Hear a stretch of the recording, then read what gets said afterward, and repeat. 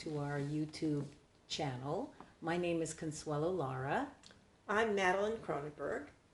And we are coming to you from beautiful downtown, well, we're not downtown. El Cerrito. El Cerrito, California, in the Bay Area and of California. So we just wanted to let you know where we're located. And we come together to talk about education issues that we think are really important for us to know about and to act upon.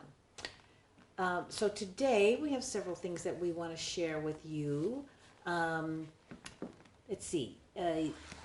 I was able to attend a labor management institute for 2 days in San Diego, and this was something. It was for district labor management, and it provided tools and process to strengthen positive relationships between labor and management. And the bottom line was that when you have those positive relationships between labor and management, it also translates into higher student achievement. That is our goal. Everybody wants that. So when the adults have got it together, the kids thrive. Kind of like in a family. The parents got it together, the children will thrive. So when the adults in a school district, this is the reason why we need to not be adversaries between labor and management, to really work cooperatively and come up with the best environment for our students. And so that was the thrust of it, and wonderful resources and speakers. I was able to go to, besides the role of the board workshops, but also one on deep learning pedagogy. And I think our district has participated somewhat in that, and I'm hoping we can continue to do that. And the emphasis is on great teaching. The emphasis is on child learning, and that when you do that, test scores will follow. You don't have to obsess about getting these test scores, teaching to the test, who has this, that's not what education is about. Education is about truly effective teaching and making sure that we're teaching this whole child and giving them a really well-rounded education.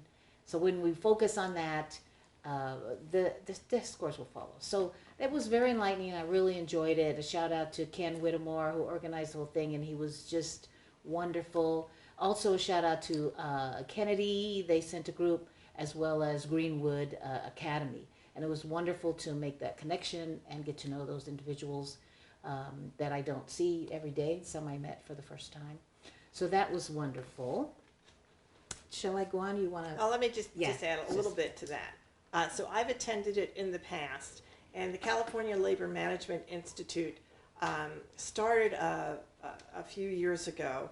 Our district was once again in the forefront of that, because our solutions team was one of the first groups that were put together within a district where labor and management and board members worked together to find solutions.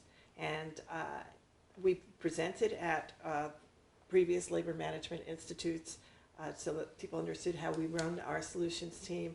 And I had the honor and privilege of being able to be on a panel with them and to attend panels also in various parts of the state. It is really an important thing for labor and management to be on, to understand that they are on the same team. Then the issues around resources become issues that they work on together. And essentially in California, and we're coming to you for those of you, and we're mentioning this because we know a lot of new people have joined us on the channel and may be watching us. And if you haven't watched us before, what we're talking about, I'm a former school board member. Ms. Laura is currently on the West Contra Costa School Board. And we're talking about issues within West Contra Costa Unified School District, but also issues that are bigger and affect the Bay Area, the state, and national and international education. And this labor management conversation really is one that you can raise up to a national level, because it has a lot to do with what's happening throughout the country with people going on strike. When you go on strike, that is a complete failure of the relationship. That's what a strike is. And in our local Bay Area, we've had a number of strikes this year. Throughout the country, there have been a number of strikes, and that has shown how really interrupted the relationships have become. And what we're trying to do, and what the Labor Management Institute is trying to do, is make sure that there is a format and there are resources and there are support groups to help keep labor and management together, to keep their eyes on the prize, understanding that they're working for children, for all the children in the district. So that, I just wanted to add that. Another thing I did want to add about our YouTube channel. If you're watching this video, you could be watching it because you clicked on a link on a Facebook page, or you could be watching it because you found us on YouTube. But we do have a YouTube channel, and I basically curate the YouTube channel. And what I just wanted you to know is that there are a number of playlists on the YouTube channel, for example, that include references to deep learning and to a variety of other pedagogies that are used in West Contra Costa and in other places. So I recommend to you that if you have spare time and are interested, that you take a look at the playlists, and you'll see opportunities to listen to Google Talks, to listen to the folks that are really the leaders in education right now, who are out there and making themselves available through YouTube. And I'll just tell you, what I've done is, when I see, for example, Diane Ravitch, who is the head of the Network for Public Education, when she sends something out saying this is a list of books you should read this summer, I'm not going to read all of those books, but I can listen to a TED Talk by each of the people who wrote the books. And if I do that, and I do, I'll put that together on a playlist so you can do it too. So that's the kind of thing you'll find if you take a look at the playlists. So you want to go on to our next? Yes. So the next thing I want to share concerns a reception I went to last night, given by the NAACP of Richmond, and the topic was education. Of course, that's their number one top priority right now, and then have been working very closely with the district and wanting to see improvement, and working with the district. So last night there was a reception, and it was very well attended. I was really happy that I went to that. There was a presentation by Mr. Ken Whittemore, our HR person, about how we are recruiting more teachers and how we go about doing that. And there were a lot of people there from our district. Ms. Greenwood, is she Dr. Greenwood? Dr. Greenwood. Also Ms. Lama. Ms. Lama. And Marcus Walton was there. Trustees Panis and Phillips were both there. And of course, the president of that chapter, Willie Robinson, Reverend Shoemake was there. And the beautiful and wonderful Zalan, she was there. She's wonderful. And so I just wanted to give that shout out. And there was an announcement that I think is really important, and that is that there will be an Office of African American Success at the district level.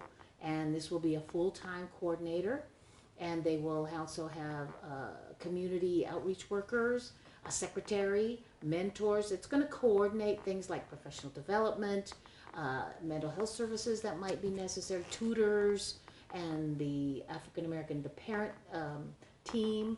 So I think it is the most wonderful thing that could have happened, because it advocates, it empowers that community that so often is so needy, often ignored, and just not given enough support.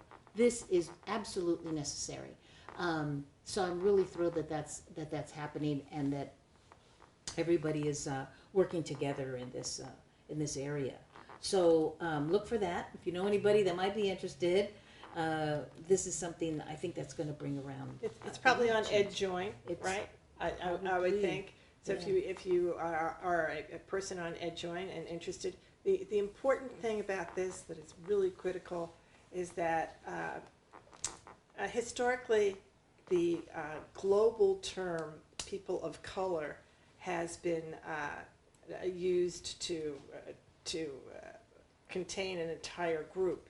And in the course of how things are funded and how jobs are put together, what we've had are students who are particularly, who are English language learners, and our children who are in the English language learner group have tended to get a director and a number of services made available to them.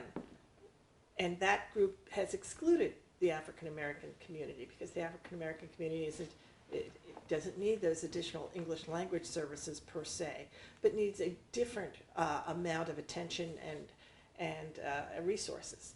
And that's become very clear to everyone. The state has had an opportunity to look at, the state of California has looked at adding in a separate category for funding to all of our school districts. And that funding group, which would be able to approve or create the resources for this kind of work, has only just this year really been discussed. And that's a subgroup under the formula that the state uses. But that just shows it is a state problem. It's certainly a national problem. And I think that I'm really happy that the district, we've done it in different ways before over the years, but I think this is really calling it out, that we are going to have people at a real specific intention around raising the, eliminating the opportunity gap and saying all of our children are going to have opportunities. And this individual is heading up a department that is specifically laser focused on opportunities for African American children, and it couldn't come at a better time. We absolutely need it, and I'm really thrilled that Superintendent Duffy and the board are going ahead with it, because it's going to make a big difference. So I'm not sure what the requirements are, but I'm sure if I will find them, and I will post them in the description to this episode on our YouTube channel. So if you're interested, I promise you it'll be down there, and you can just send the link out or apply yourself if you're interested in joining the team. Yes, great. Long overdue, and it's very exciting. Okay, I think, well, I did want to mention one thing. We had the Democratic Party of Contra Costa barbecue, and that was a wonderful event. And the discussion was about the new resolutions that the Democratic Party has adopted.